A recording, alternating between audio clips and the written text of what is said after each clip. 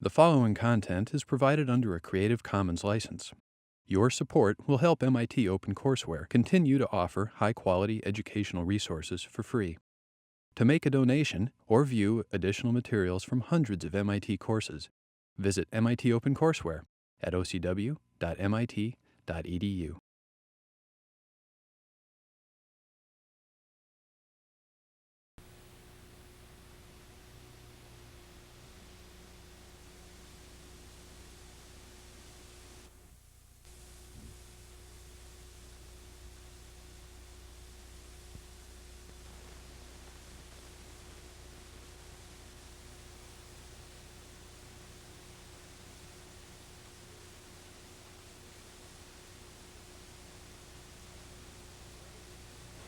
Hi. Today we embark on a new phase of our course, signified by the beginning of Block 2, where in Block 1, after indicating what mathematical structure was, in our quest to get as meaningfully as possible into the question of functions of several variables, we introduced the study of vectors. Vectors were important in their own right, so we paid some attention to that particular topic. And now we're at the next plateau, where one introduces the concept of functions. In other words, just like in ordinary arithmetic, after we get through with the arithmetic of constants, which is what you could basically call elementary school arithmetic, you work with fixed numbers, we then move into algebra, and from algebra we move into calculus. Sooner or later, we would like to study the calculus of vector functions and the like, and why not sooner, which is what brings us to today's lesson. We are going to talk about a rather difficult mouthful, I guess. I call today's lecture Vector Functions of Scalar Variables. And if that sounds like a tongue twister, let me point out that what has happened now is the following. When we did part 1 of this course, when we talked about functions and function machines, recall that both the input and the output of our machine were by definition scalars, in other words, real numbers. Remember, we talked about functions of a single real variable. Now we have at our disposal both vectors and scalars. Consequently, the input can be either a vector or a scalar, and the output can be either a vector or a scalar. And this gives us an almost endless number of ways of combining these, whereby almost endless I mean 4. And the reason I say almost endless is this. There are only 4 ways. What are the 4 ways? Well, the 4 ways are what? Imagine that x is a scalar. In other words, the input is a scalar. Then the 2 possibilities are what? That the output is either a scalar or a vector. On the other hand, the input could have been a vector, in which case there would have been 2 additional possibilities. Namely, the output would be either a scalar or a vector. Now, the reason that I call these 4 possibilities endless, or nearly endless, is the fact that by the time we get through discussing all 4 possible cases, the course will be essentially over. And to give you some hindsight as to what I mean, remember that we had a rather long course that was part 1 of this course, and notice that part 1 of this course was concerned only with that one case in 4 where both the input and the output happen to be real numbers, scalars. And it took us that long to develop a subject called what? Real functions of a single real variable. Input a scalar, output a scalar. Now, the one that we've chosen for our next block, next combination that we've chosen, is where the input will be a scalar and the output will be a vector. And in terms of physical examples, this can be made very, very meaningful.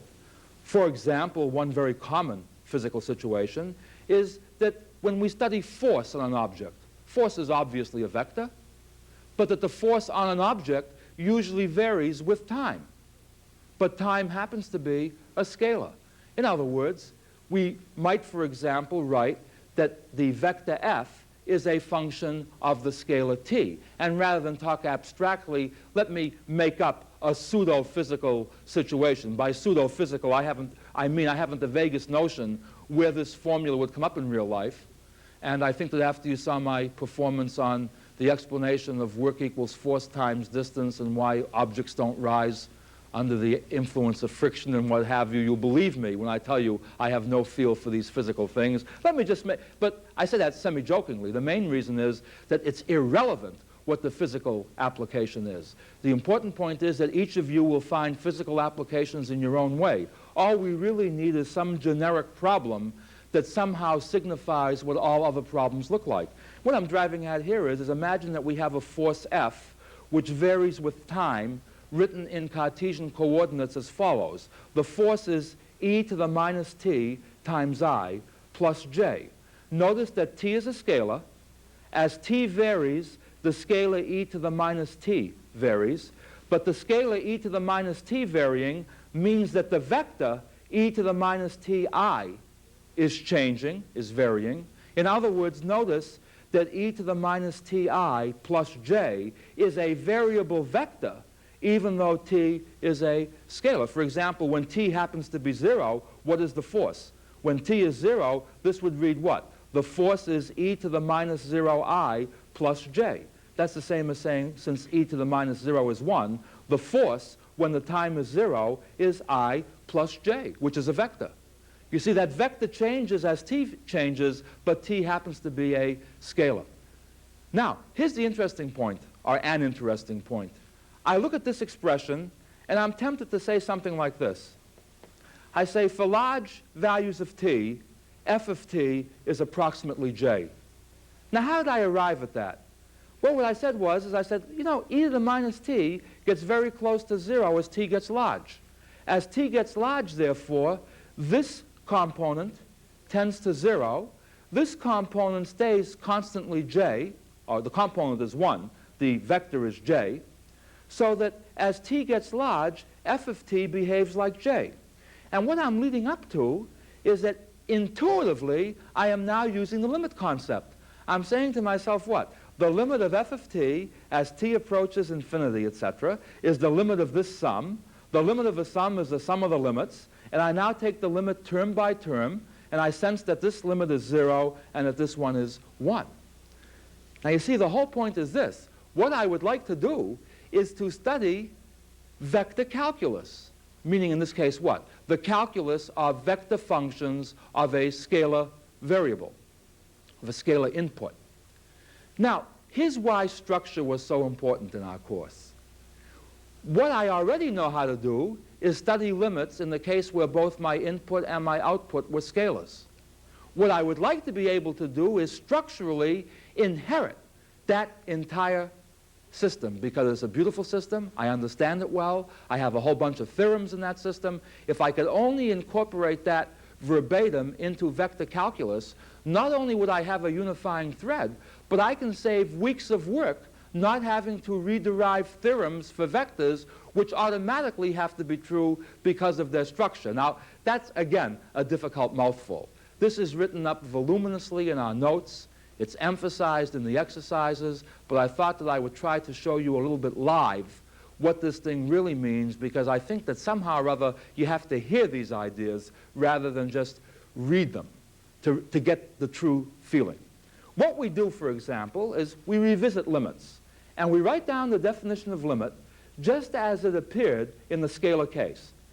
And let's start with an intuitive approach first, and later on we'll get to the epsilon delta approach. We said that the limit of f of x as x approaches a equals L means that f of x is near L provided that x is near a. And I've written the word near in quotation marks here to emphasize that we were using a geometrical phrase, I guess you can't call one word a phrase, but a geometrical term, to emphasize an arithmetic concept, namely to say that f of x was near L, where f of x and L were numbers, meant quite simply that what? The numerical value of f of x was very nearly equal to the numerical value of L, and that's the same as saying what? That the absolute value of the difference, f of x minus L, was very small. I just mentioned that, okay? Now, what we would like to do is invent a definition of limit for a vector-valued function of a scalar variable. One way of doing this is, of course, to make up a completely brand new definition that has nothing to do with the past.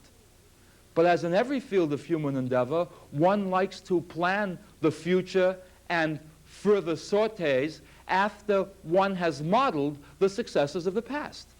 So what we do is a very simple device and yet very, very powerful.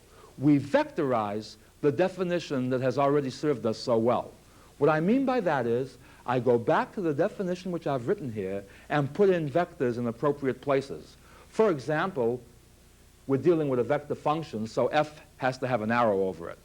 Moreover, since f of x is a vector, anything that it approaches as a limit, by definition, must also be a vector. So that means the L must also be arrowized. All right? Put an arrow over the L.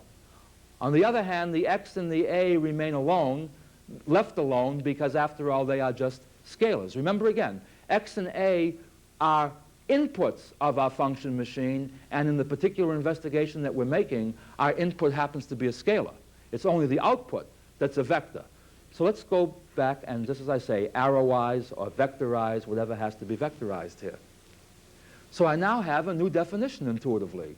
The limit of the vector function f of x as x approaches a is the vector L, means that the vector f of x is near the vector L, provided that the scalar x is near the scalar a.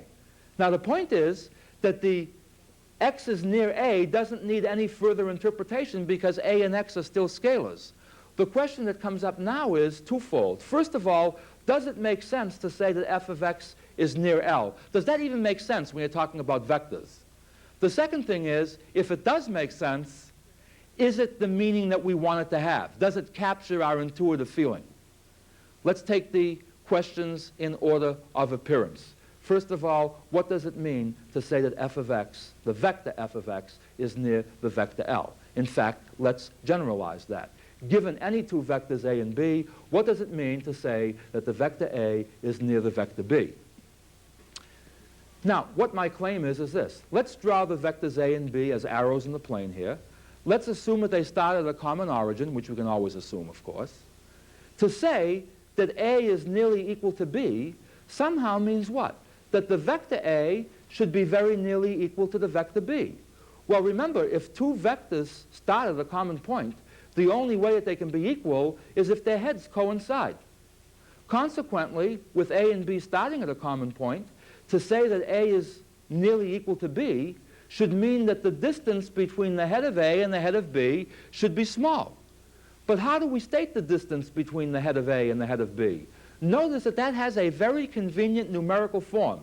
Namely, the vector that joins a to b can be written as either a minus b or b minus a, depending on what sense you put on this. We don't care about the sense. All we care about is the magnitude. Let's just call this length the magnitude of a minus b. And now we're in business. Namely, we say, look it, to say that a is near b means that a is nearly equal to b, which in turn means that the magnitude of a minus b, the vector the magnitude of the vector, what vector? The vector a minus the vector b is small. And keep in mind that I'm now using small as I did arithmetically, because even though a and b are vectors, and so also is a minus b, the magnitude of a vector is a number. Note this very important thing. Even when I'm dealing with vectors, as soon as I mention magnitude, I'm talking about a number. In other words, then, I now define a to be near b to mean that the magnitude of the difference between a and b is small. And again, question 2, does that capture my intuitive feeling? And the answer is yes, it does. That I want a to be near b to mean that they coincide, nearly coincide, and that is the same as saying that the magnitude of a minus b is small. At any rate, having gone through this from a fairly intuitive point of view, let's now revisit limits more rigorously and rewrite our limit definition in terms of epsilons and deltas. And by the way, I hope this doesn't look like anything new to you, what I'm going to be talking about next. It's our old definition of limit that was the backbone of the entire part 1 of this course. I not only hope that it looks familiar to you, I hope that you read this thing almost subconsciously as second nature by now. But the statement is what? The limit of f of x as x approaches a equals L means given any epsilon greater than 0, we can find a delta greater than 0 such that whenever the absolute value of x minus a is less than delta but greater than 0, the implication is that the absolute value of f of x minus L is less than epsilon. Now, if I go back to my structural properties again, it seems to me that what my first approximation, at least, for a rigorous definition to limits of vector functions should be to just, as I did before, read through this definition verbatim. Don't change a thing, but just vectorize what has to be vectorized.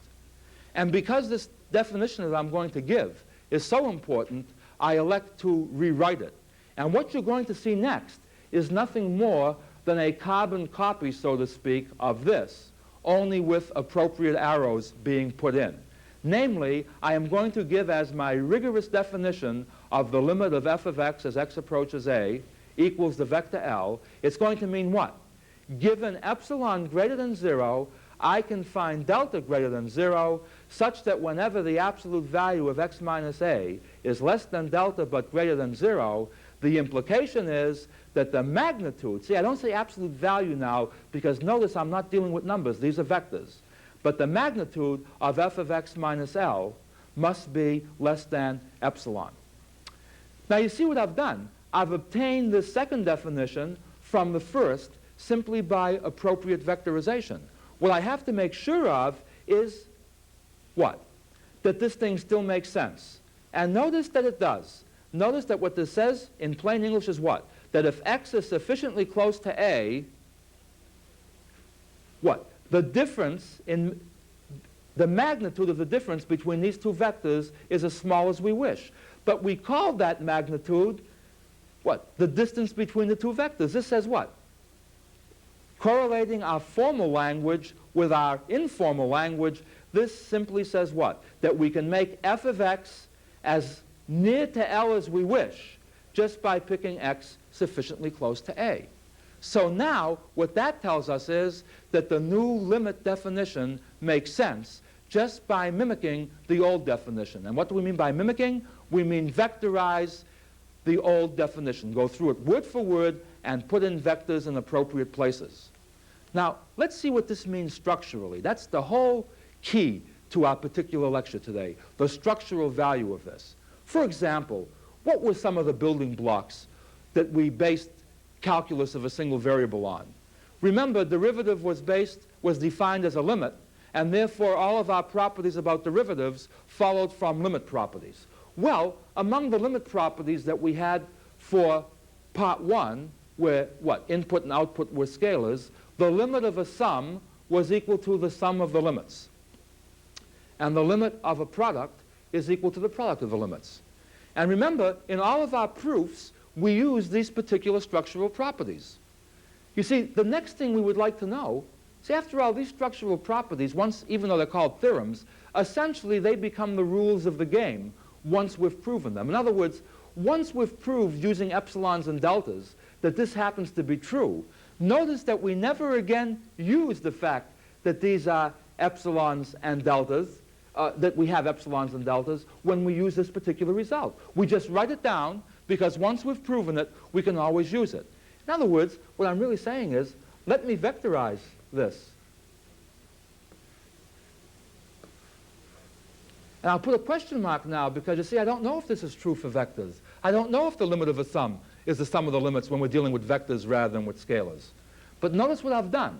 I have structurally plagiarized from my original definition. All I did was I vectorized it. You see, what I'm going to have to do is to check from my original definition whether these properties still hold true. I'm going to talk about that in a minute. Let me just continue on for a while. See, similarly over here, we talked about the limit of a product equaling the product of the limits. So again, we'd like to use results like that. And somebody says, well, let's vectorize. I want to show you what I mean by saying that after you vectorize, you have to be darn careful that you don't just go around saying, look, this is legal, I put arrows over everything. Sure, it's legal, but you may not have anything that's worth keeping. Look at this expression. What are f and g in this case? The way I've written it, these happen to be vectors. See, they're both arrowized, right? They're vectors. Have we talked about the ordinary product of two vector functions? And the answer is no. When we have two vector functions, we must either have a dot or a cross in here, the dot product or the cross product. And if we're not going to put a dot in here, the best we can talk about is scalar multiplication. In other words, before you tend to memorize this, let me cross that out. Because this is ambiguous, it doesn't make sense, and what I am saying is that, not unfortunately, but if I want to be rigorous about this, there happens to be three interpretations here. Namely, I can do what? I can think of f of x as being a scalar and g of x as being a vector, or I can think of f of x and g of x as both being vector functions, but in one case having a dot product and in the other case the cross product. In other words, to vectorize this particular equation, I guess what I have to do is write down these three possibilities. Namely, notice in this case, this is what? This is a scalar multiple of a vector function. Granted that the scalar multiple is a variable in this case, this still makes sense. Namely, for a fixed x, f of x is a constant and g of x is a vector. A constant times a vector is a vector. For a fixed x, f and g here are fixed vectors, and I can talk about the dot product of two vectors. And for a fixed x over here, f of x and g of x are again fixed vectors, and consequently I can talk about their cross product.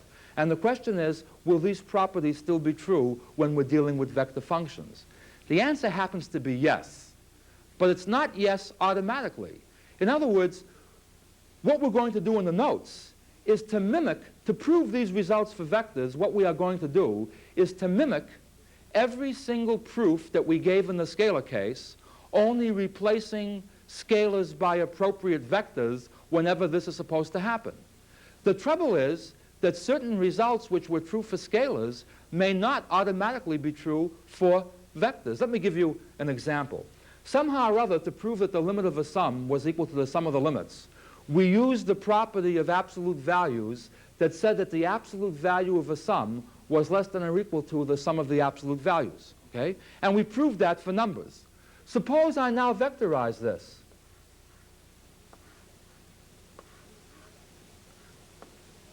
See, this now means magnitudes, right? And if a and b are any vectors in the plane, a and b no longer have to be in the same direction.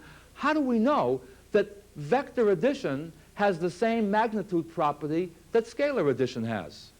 See, can we be sure that this recipe is true? Well, let's go and see what this recipe means.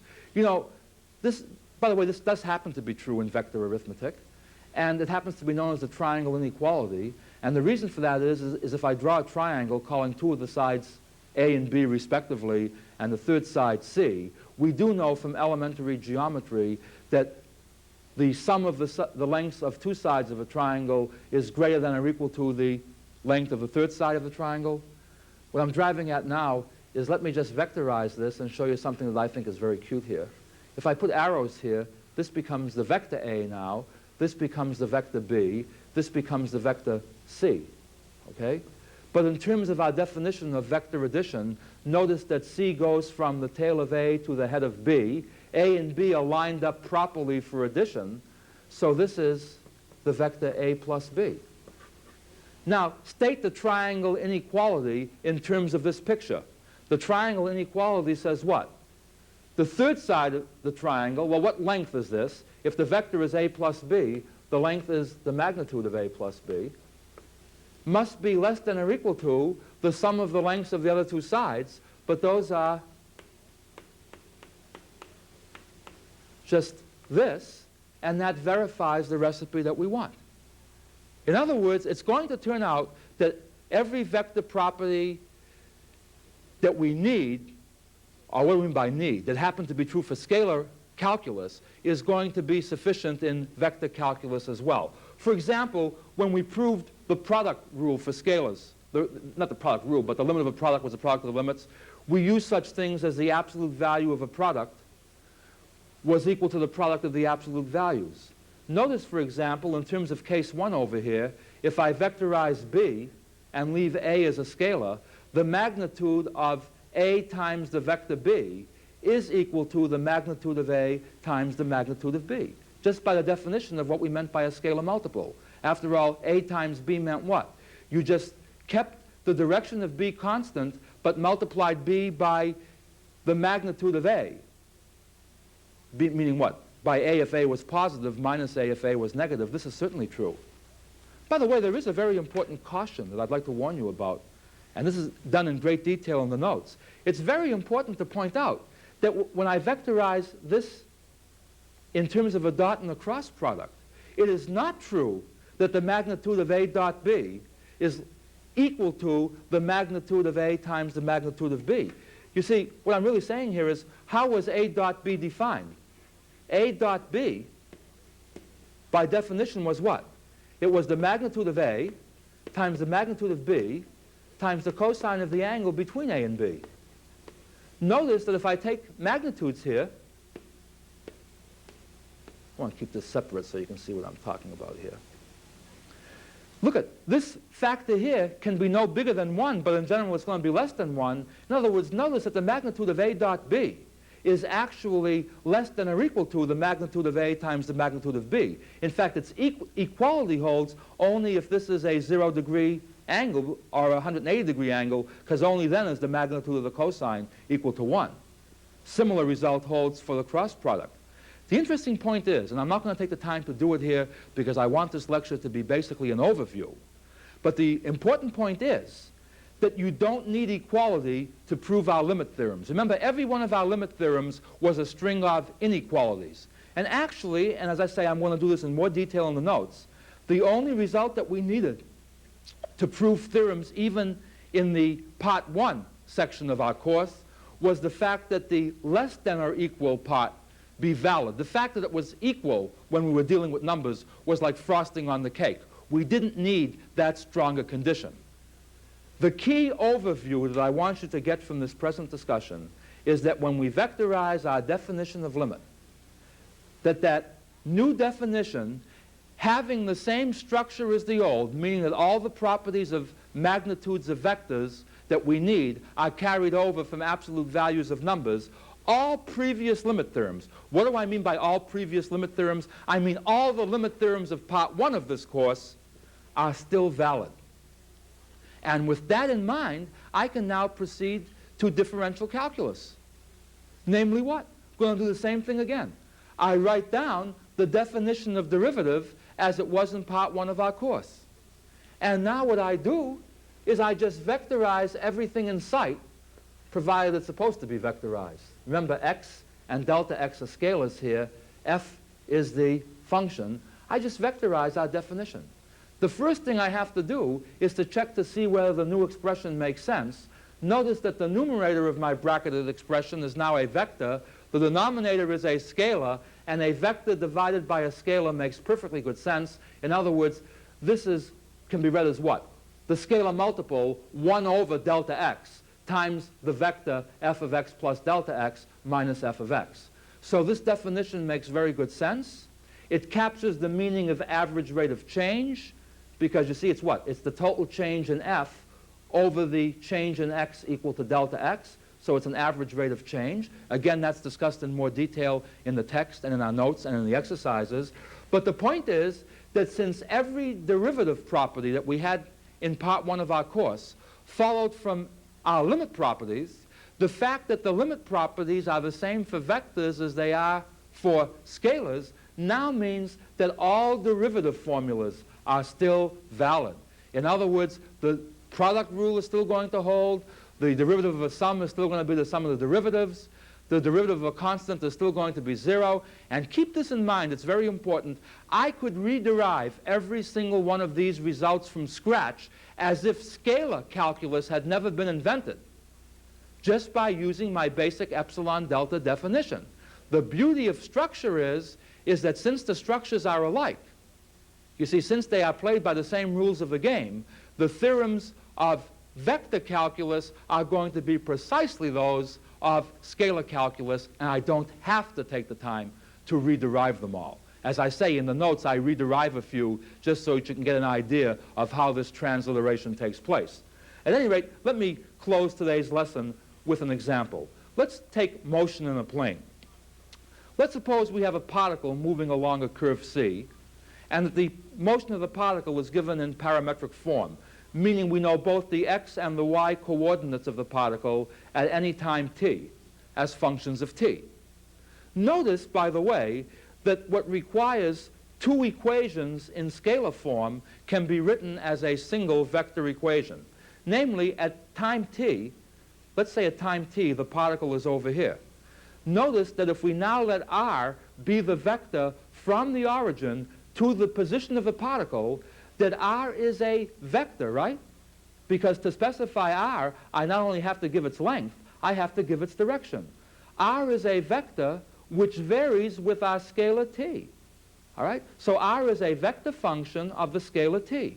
Now, what is the I component of r? Well, the I component is x, and the j component is y.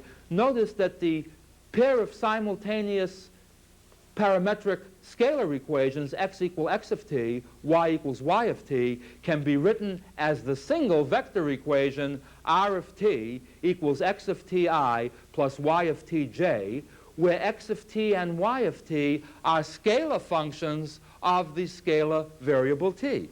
Okay? Now, the question comes up, wouldn't it be nice to just take dr dt here?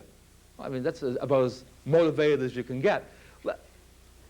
Meaning what? Let's see what happens. I know how to differentiate now. I'm going to use the fact that the derivative of a product, of a sum, is a sum of the derivatives, that I and j are constants, and a constant times a function. To differentiate that, you skip over the constant and differentiate the function.